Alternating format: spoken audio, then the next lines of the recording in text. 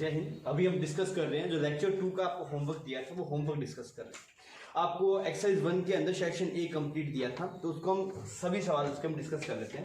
पहले सवाल में आपको बोला गया the relative permittivity of mica is, mica की रिलेटिव परमिटिविटी पूछी गई। तो रिलेटिव परमिटिविटी क्या था? जो डायरेक्टरी कांस्टेंट था वही रिलेटिव परमिटिविटी थी।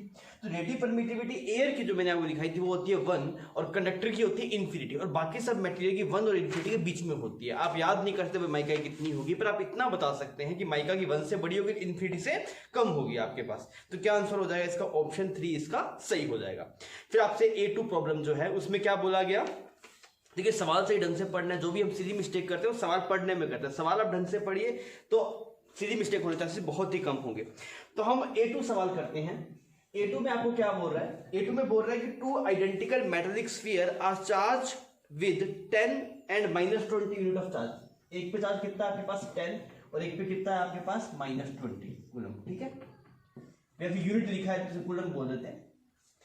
If both are first brought in contact or with each other and placed to the previous position in the ratio of the force in the both situation will be। सबसे पहले मान लेते हैं कि r दूरी पे रखे गए थे इनिशियली पहली सिचुएशन के अंदर। तो अगर पहली सिचुएशन में r डिस्टेंस पे आपने इनको रखा था तो इनके बीच में लगने वाला फोर्स कितना होगा? फोर्स होगा F is equal to K Q1 Q2। कितना हो रहा है तेरे पास? 200 K Q1 Q2 divide by r square. तो ये साइन, ये फोर्स किस तरफ लग रहा है? इसको भी अट्रैक्ट कर रहा है, इसको, ये इधर इसको अट्रैक्ट कर रहा है। ये क्लियर है ये फोर्स? ठीक है। फिर आपने इन दोनों कॉन्टैक्ट में लेके आए। जैसे अगर आप इन दोनों कॉन्टैक्ट में लेके आएंगे तो चार्ज ट्रांसफर होगा। कौन से मेथड की वजह से? ये कौन सा मेथड था? जब आप किसी दो चार्ज पार्टिकल को या फिर दो चार्ज कंडक्टिंग बॉडी से कॉन्टैक्ट में लेके आते हैं तो चार्ज एक बॉडी से दूसरे बॉडी में ट्रांसफर हो जाता है। ये कौन सा मेथड था? This method was conduction. तो अगर हम यहाँ पे देखेंगे सर कितना चार्ज ट्रांसफर होगा, कैसे करते हैं, तो मैंने बोला था कि जो फाइनल चार्ज होता है वो आता है Q1 प्लस Q2। जैसे इस पे मान लिया कुछ बन गया Q1, इस पे कितना बन गया आपके पास? Q2, और ये किसके बराबर होगा? जो इनिशियल टोटल चार्ज था। तो इनिशियल टोटल चार्ज कितना था मेरे पास? -10 कूलम। क्यों? चार्ज तो कंजर्व रहेगा। तो पहले इस पे 10 था, -20 था। आप कॉन्टैक्ट में लेके आए तो इस पे कुछ Q1 हो गया, इस पे कुछ Q2 हो गया। पर इन दोनों जो सम है वो, क्योंकि चार्ज कंजर्व रहना चाहिए, तो इन दोनों का जो Q1 प्लस Q2 होगा इसके बराबर होगा। और आपको फिर इसके बाद बोले सर कैसे पता करें Q1 कितना Q2 कितना? तो मेरे को अभी आप पता नहीं कर सकते, पर सवाल में एक चीज बोला गया है कि दोनों बॉडी आइडेंटिकल है। अगर दोनों बॉडी आइडेंटिकल है, दोनों में बराबर बराबर चार्ज आएगा। अगर दोनों बॉडी डिफरेंट डिफरेंट है तो कितना चार्ज आएगा अभी आप नहीं बता सकते। जब आप पोटेंशियल पढ़ लेंगे तब आप बता पाएंगे। तो यहां से आपके पास Q1 की वैल्यू कितनी है? -5 कूलम, और Q2 की वैल्यू कितनी है आपके पास? -5 कूलम। क्लियर? यहाँ पे -5 कूलम, इस पे -5 कूलम, ये वही सेपरेशन आपके पास आ।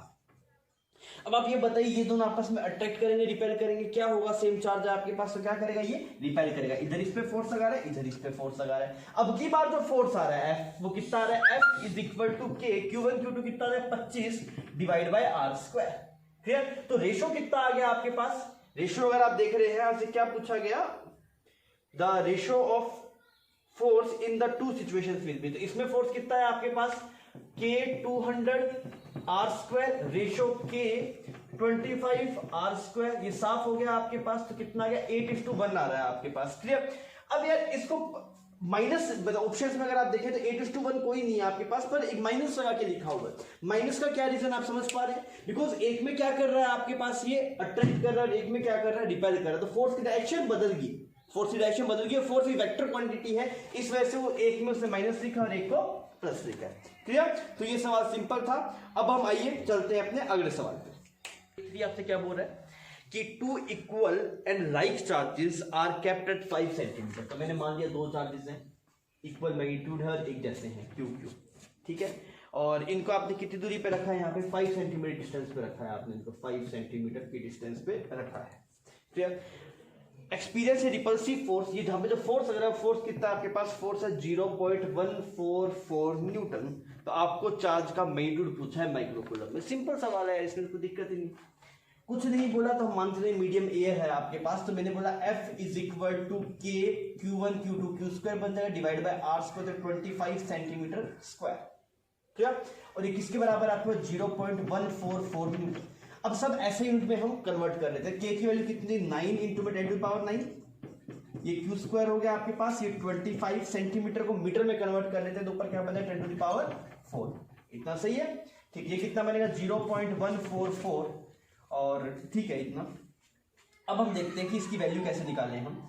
तो ये आपके पास जो क्यू स्क्वायर बना वो कितना बना 25,144, ठीक है। यहाँ पे डिवाइड में कितना आ गया आपके पास 1000, ठीक है। यहाँ से अगर आप जाएंगे तो ये 9 यहाँ पे चला गया, इस 9 को यहाँ पे भेज देते हैं और ये कितना बन गया आपके पास 13 बन गया, तो 13 नीचे चला गया आपके पास, ठीक है, 13 नीचे चला गया।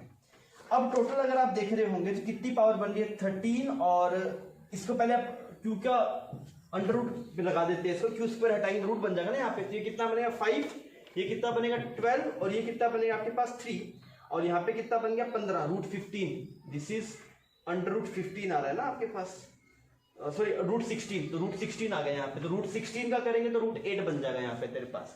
अब देख ले ये 4 बन गया, तो क्यू की वैल्यू कितनी है 20, किसमें पूछा है माइक्रो कूलम में पूछा है ना इसने, माइक्रो कूलम में पूछा है, तो ये एक्चुअल में है जो 20 इंटू में 10 to power -8 coulomb. Micro coulomb में अगर तू देखेगा तो तुझे कितनी चाहिए माइक्रो 10 टू पावर -6, तो कितना बन जाएगा 2, और यहाँ पे तू एक काम कर, इसको 10 टू पावर -6 में करना है तो 2 से तू यहाँ पे छोड़ दे 2 0, तो ऐसे बन जाएगा, ये ऐसे लिखा जा सकता है ना इसको। तो यहाँ पे तेरे पास कितना है क्यू की वैल्यू होगी 0.2 माइक्रो कूलम, तो आंसर कितना हो जाएगा 0.2 माइक्रो कूलम। ऐसा कोई है क्या? हाँ, ए ऑप्शन इसका मैच कर जाएगा। अब हम चलते हैं अपने नेक्स्ट सवाल में। वो सवाल आपके पास A4 में अगर आप देखेंगे, या आपने छाप लिया, कोई दिक्कत नहीं है इसमें, आगे हम चलते हैं, चलिए।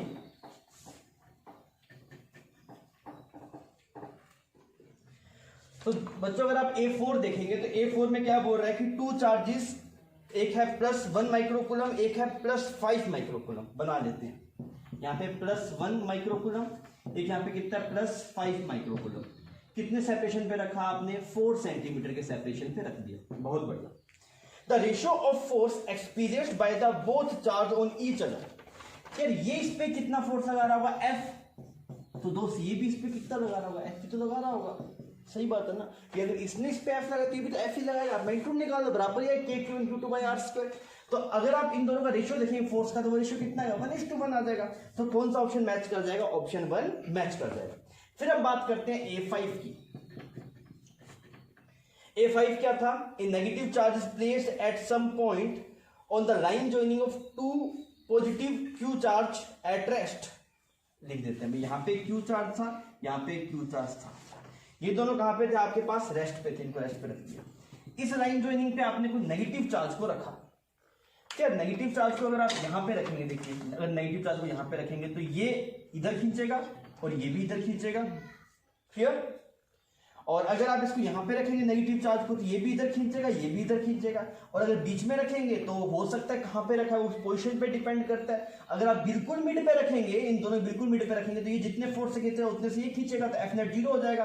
कहां पे? सेंटर पे। और इधर रखेंगे तो इसका इफेक्ट ज्यादा आएगा, और सेंटर, ये सेंटर हो गया, सेंटर पे 0 हो गया। सेंटर से इधर जाएगा तो ये खींचने वाला फोर्स ज्यादा होगा, ये इधर खींचने वाला कम होगा, तो नेट इस तरफ जाएगा। अगर सेंटर की इस तरफ जाएगा तो इसका खींचने वाला फोर्स ज्यादा होगा, इसका कम होगा, तो इधर की तरफ जाएगा। तो यार इसने पूछा फोर्स की डायरेक्शन किस पे डिपेंड कर रही है? किस पे डिपेंड कर रही है कि नेगेटिव चार्ज को आपने रखा कहाँ है। अगर आप यहाँ रखें तो इधर रखें, तो कुछ भी मैग्नीट्यूड रखिए नेगेटिव चार्ज, डायरेक्शन फोर्स की यही आएगी। सिमिलरली अगर आप यहाँ पे रखेंगे तो इस तरफ आएगा। सेंटर पे अगर आप रखेंगे तो कोई भी मैग्नीट्यूड रखिए चार्ज का, फोर्स 0 आएगा। इसके इस तरफ रखेंगे तो ये इफेक्ट डोमिनेट करेगा, इधर रखेंगे तो इसका इफेक्ट डोमिनेट करेगा। तो आपके पास क्या ऑप्शन सही हो जाएगा इसका? पोजीशन ऑफ नेगेटिव चार्ज, तो A5 का ऑप्शन 1 करेक्ट हो जाएगा। फिर आपसे बात करें अगर आप A6 की, तो A6 में क्या बोल रहा है आपको? इसको मिटा देते हैं यहाँ पे।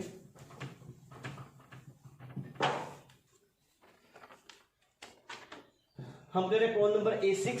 A6 में बोल रहा है कि a body has charge 80 microcoulomb of charge. किसी बॉडी के ऊपर कितना चार्ज है आपके पास? 80 माइक्रोकूलम। माइक्रोकूलम समझ में आता है? 10⁻⁻⁶। The number of additional electron on it. यार इसके ऊपर अगर इतना चार्ज है, 80 माइक्रोकूलम का चार्ज है, तो कितने इलेक्ट्रॉन आपने दिए होंगे? तो मैंने क्या बोला? 80 माइक्रोकूलम के कोरस्पोंडिंग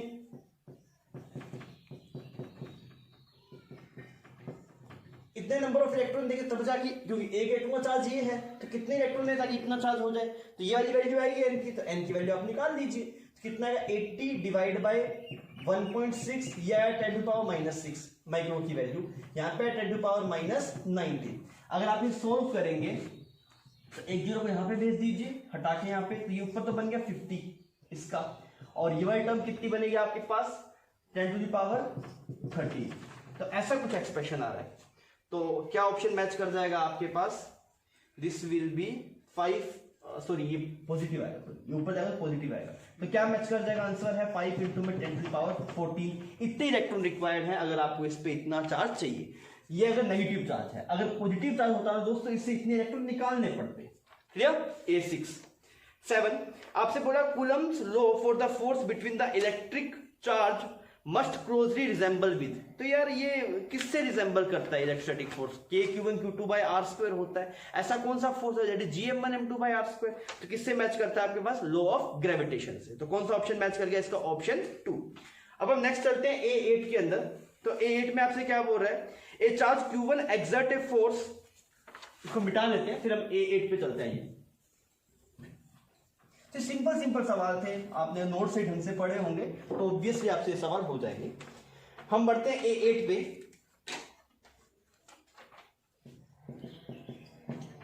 तो A8 में आपको बोल रहा है कि ए charge Q1 exert a force on second charge Q2। यहां पे Q1 चार्ज बना दिया, यहां पे आपने ऐसे कुछ Q2 चार्ज बना दिया, एक Q1 एक Q2। A charge Q1 exert force on second charge Q2, ठीक है। If third charge Q3 is brought near, यहां पे हम कहीं से Q3 चार्ज ले आते हैं, यहां पे कहीं पे Q3 ले आते हैं।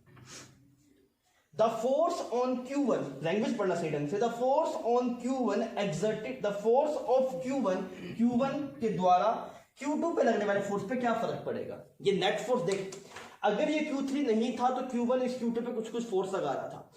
अब मान लीजिए आप Q3 को लेके आए तो इस पे लगने में जो नेट चार्ज होगा वो बदल, सॉरी तो इसके ऊपर जो लगने वाला नेट फोर्स होगा वो बदल जाएगा। पर अगर मैं ये बोलूं Q1 की वजह से इस Q2 पे लगने वाला फोर्स वो बदलेगा नहीं। मेरी बात समझ में आ रही है आपको?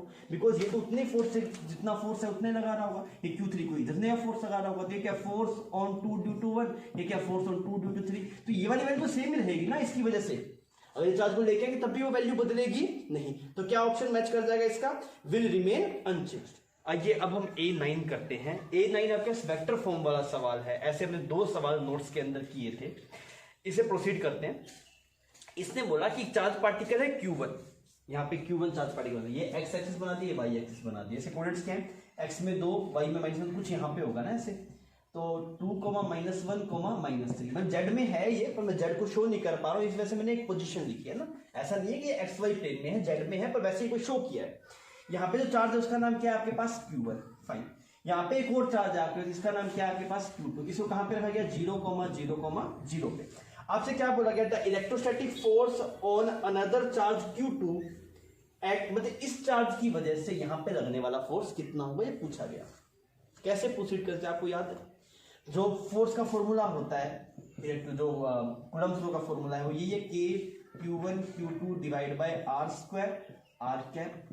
ये R कैप किसको शो करता है? यूनिट वेक्टर को शो करता है, किसकी डायरेक्शन में? फोर्स की डायरेक्शन में। तो क्यों ना पहले मैग्नीट्यूड निकाल लें, फिर उसमें यूनिट वेक्टर मल्टीप्लाई कर देंगे तो पूरा काम हो जाएगा। तो पहले मैग्नीट्यूड निकालते हैं। तो मैग्नीट्यूड कितना है? बस K की वैल्यू, पहले मैग्नीट्यूड देखा, मैग्नीट्यूड है 4 पाई एप्सिलॉन नॉट। कुछ नहीं बोलेंगे हमें, तो हम मान लेंगे एयर में रखा हुआ है K Q1 Q2 divide by R square. R क्या है? ये वाली डिस्टेंस है R, ये निकाल सकता है क्या? मान लेते हैं पास 2 पॉइंट्स है, मैं बोलूं एक है x1, y1, z1, दूसरा पॉइंट है दोस्त x2, y2, z2। इनके बीच में सेपरेशन कैसे निकालते हैं? तो सेपरेशन के लिए हम क्या करते हैं? जो सेपरेशन होगा आपके पास, this is under root x2 minus x1 का square plus y2 minus y1 का square plus z2 minus z1 का स्क्वायर। ऐसा ही है, ये करके देखते हैं भाई साहब। यहाँ पे r निकाला जाए तो यहाँ पे r कितना आएगा आपके पास? x2 माइनस x1, तो ये 2 का स्क्वायर 4, इसका स्क्वायर 1, इसका स्क्वायर 9। तो कितना बना दोस्त तेरे पास? ये सॉरी दिस इज +3 ना, ये माइनस नहीं, ये प्लस है। तो यहाँ पे कितना है टोटल? ये आपके पास √40। तो यहाँ पे स्क्वायर हुआ तो ये बन गया 1/40। क्लियर? तो ये तो मैग्नीट्यूड आ गया फोर्स का, K Q1 Q2 by R square. इतना सही। अब हम क्या करते हैं? डायरेक्शन चेक करते हैं। इस Q2 पे जो Q1 की वजह से फोर्स लग रहा होगा वो किस तरफ लग रहा होगा? इसको रिपेल कर रहा होगा, फोर्स किस तरफ? इस तरफ लग रहा है। क्लियर? अब भाई साहब इस वाई डायरेक्शन में यूनिट वेक्टर चाहिए और उसको यहां पे मैं चिपका दूंगा तो मेरा आंसर आ जाएगा। अब कैसे निकालें? एक बार इस पॉइंट का नाम O मानता हूं, इसका नाम P मानता हूं। जो ओपी वेक्टर पता है क्या? हाँ, ओपी वेक्टर क्या है? इस पी पॉइंट का पोजीशन वेक्टर है। और वो कैसे लिखेंगे? वो लिखेंगे 2i cap minus J cap plus 3k cap. Is it clear? और भाई साहब आपको ओपी वेक्टर नहीं चाहिए, आपको इस डायरेक्शन का यूनिट वेक्टर चाहिए। ओपी इधर है, आपको पीओ वेक्टर की डायरेक्शन में यूनिट वेक्टर चाहिए। तो पहले मैंने पीओ वेक्टर निकाला। पीओ वेक्टर कैसे निकालेंगे दोस्त? माइनस ऑफ ओपी वेक्टर, तो कितना है तेरे पास? -2i प्लस जे माइनस 3k। अब इसके डायरेक्शन में यूनिट वेक्टर निकालना होगा तो मैं क्या बोलूंगा? वो आर कैप बोल सकते हैं। इसकी डायरेक्शन यूनिट वेक्टर को आर कैप बोलेंगे हम, वही तो है। तो आर कैप कितना आ जाएगा? -2i प्लस जे माइनस 3k। ये बच्चा करना आ रहा है ना, डिवाइड बाय, इसको अगर आप देखेंगे तो कितना आएगा आपके पास? ये आ जाएगा आपके पास √14। ये आ रहा है यहाँ पे, तो ये आपके पास आ गया। इसको आर कैप को आप यहाँ पे लिख दीजिए। तो ये कितना आएगा? -2i plus J minus 3k divide by √14। अब आप सोल्व कर लीजिए, काम हो गया हमारा। कितना आया आपके पास? Q1 Q2 divide bye 56 pi epsilon not √14 -2i plus J minus 3k। काम खत्म। तो कौन सा ऑप्शन मैच कर रहा है इसमें? आपका ऑप्शन 4 मैच कर रहा है। अब हम नेक्स्ट में चलते आइए, पहले इसको आप छाप लीजिए एक बार ना। वैसे आई होप हो गया होगा ना ये सवाल, हमने 2 सवाल ऐसे किए थे, ठीक है। ये इसको मिटा रहे हैं, अब आगे बढ़ते हैं।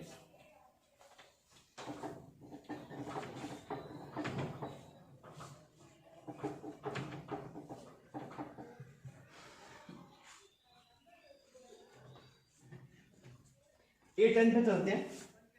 A10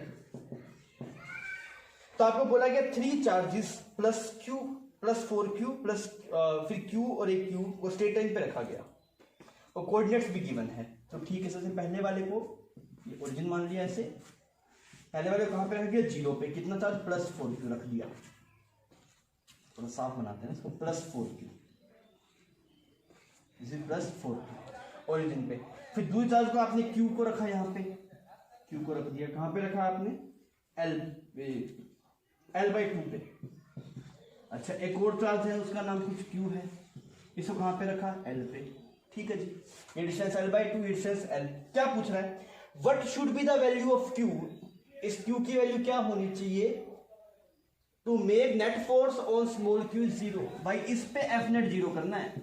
सिंपल है यार, कैसे करेंगे? देखिए, इसकी वैल्यू अभी कुछ निकालनी हो, मुझे पता नहीं कितनी वैल्यू, वही पूछिए इस Q की वैल्यू कितनी हो ताकि यार रेस्ट पे आ जाए। तो मैंने पहले फील किया, ये 4Q इस Q पे किधर धक्का मार रहा है? इधर धक्का मार रहा है।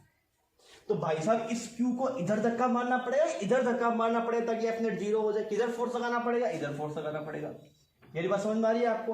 अगर इसको इधर फोर्स लगाना है इस चार्ज को, तो चार्ज कैसा होना चाहिए? नेगेटिव होना चाहिए। ये फील कर लिया? मतलब जो भी आंसर है उसमें जो नेगेटिव चार्ज है वही आंसर हो सकता है, पॉजिटिव तो संभव ही नहीं है। ये आपको फील से समझ में आ जाना चाहिए।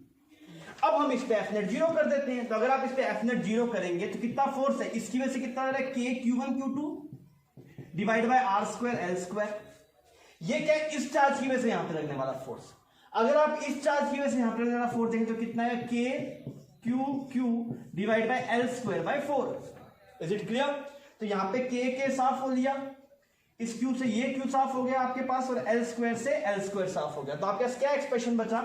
एक्सप्रेशन आपके पास है that is 4Q is equal to 4Q। अरे ये वैल्यू आ रही है क्या? ठीक, यहाँ पे क्या 4 से 4 साफ हो गया, तो Q की वैल्यू किसके बराबर चाहिए? Q। ये तो दोस्त मैग्नीट्यूड आया है, तुझे मैग्नीट्यूड नहीं चाहिए, तुझे विद साइन चाहिए। तो विद साइन चाहिए तो कैसा चार्ज होना चाहिए था? नेगेटिव। तो क्या आंसर आएगा? Q की वैल्यू कितनी होनी चाहिए तेरे पास? -। क्लियर?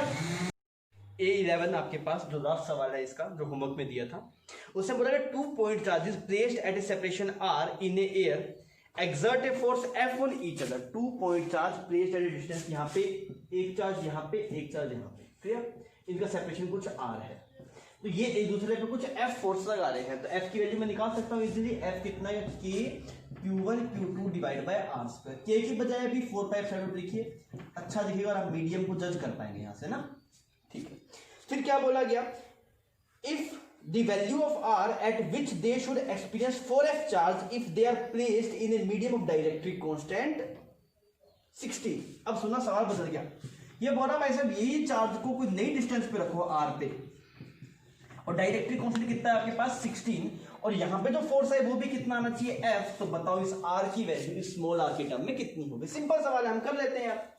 अगर आपके पास ये सेपरेशन कुछ आर है तो यहां पे लगना फोर्स देख लेते हैं पहले। तो कितना है के Q1, के को लिख देते हैं 4 pi epsilon naught, 4 pi epsilon Q1 Q2 divide by R square. ये तो वो फोर्स है अगर ये दोनों चार्जेस एयर में रहते, पर ऐसा नहीं है, एक मीडियम में रखा गया है जहां पे डायरेक्टली कांस्टेंट कितना है 16। तो कितने टाइम्स कम हो जाएगा F net, that will be reduced by 16 times. तो यहां पे 16 लगा दिया। ये क्लियर है, ये डायरेक्टली कांस्टेंट का इफेक्ट आ गया। हमने क्या करा, एयर में निकाला और हमें पता है डायरेक्टली में कितने टाइम्स कम हो जाता है, 16 टाइम्स कम हो जाता है। या फिर आप रिलेटिव एब्सोल्यूट परमिटिविटी से भी कर सकते हैं, वो भी सेम ही बात आएगा।